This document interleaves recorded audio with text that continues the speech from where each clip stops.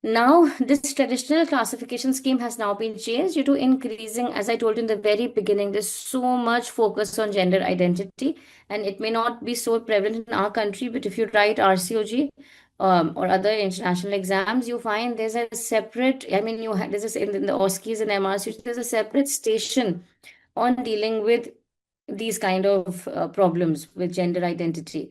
So there's increased awareness, the ethical issues, patient advocacy, legal rights of people, human rights issues. So there's a lot of change, and hence we don't follow this basic classification. Now we follow a more complex classification. Don't get scared seeing this classification. It's actually quite simple to understand.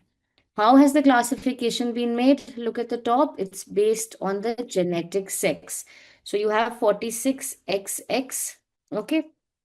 That means those individuals whose genotype is 46XX. Then you have 46XY DSD, that is those whose genotype is 46XY. And then you have all the other sex chromosome, which is not 46XX or XY, like Turner syndrome, like Klinefelter's, like mosaicisms, है ना? Or ovotesticular DSD. So you have a person who has both gonads and is a mosaic, 46XY and XY, दोनों karyotype आता है. So these are, of course, not very common, but these are very common, Turner's and Klinefelter's. So we have all those disorders which come under 46XX, all the disorders which come under 46XY, and then all the remaining ones. Today, we're going to be discussing this category. And in the next class, we're going to be discussing this category. Okay, so that's how I've divided. Now, there's so many disorders in each group. You may think that all are important. All are not important, but I will be still covering 90% of these and you will know if I just spend very little time, वो important नहीं है. If I spend a lot of time, like I will be spending a lot of time on the ones I'm circling, and then these you'd automatically know that these are important. So gonadal dysgenesis is important. And gonadal dysgenesis comes in all three categories. Then you have congenital adrenal hyperplasia. Okay, then you have MRKH syndrome, which are important. In 46XY, we have Swyer syndrome. Again, gonadal dysgenesis is important. Then 5 alpha reductase, 17 alpha hydroxylase are important. Complete AIS is important.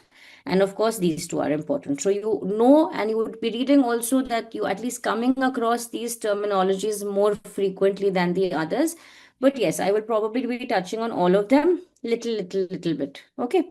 So let's start with the 46XX disorders of sexual differentiation. Now, when we talk about this, we further classify it. We further classify it as number one. So 46XX means that the genotype is 46XX.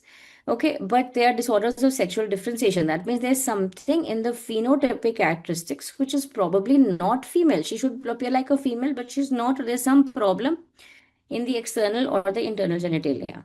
Now, in this, you can further classify this as disorders of gonadal, or because it's 46XX, the gonad should be the ovary. So disorders of ovarian development.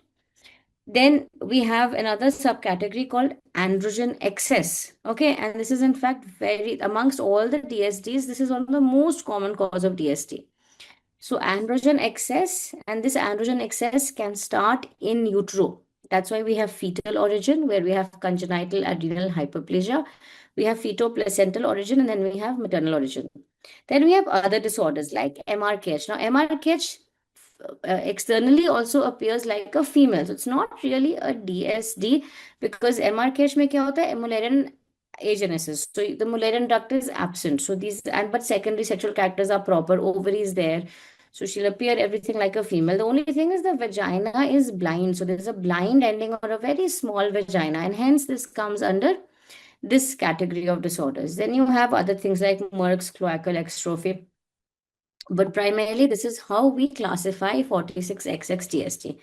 So again, we start with the first. So I'm just like trying to subclassify so you understand better. The first, we'll touch the first, the problem disorders of ovarian development. So we're talking about, again, 46XX. Usme we're talking about disorders of ovarian development.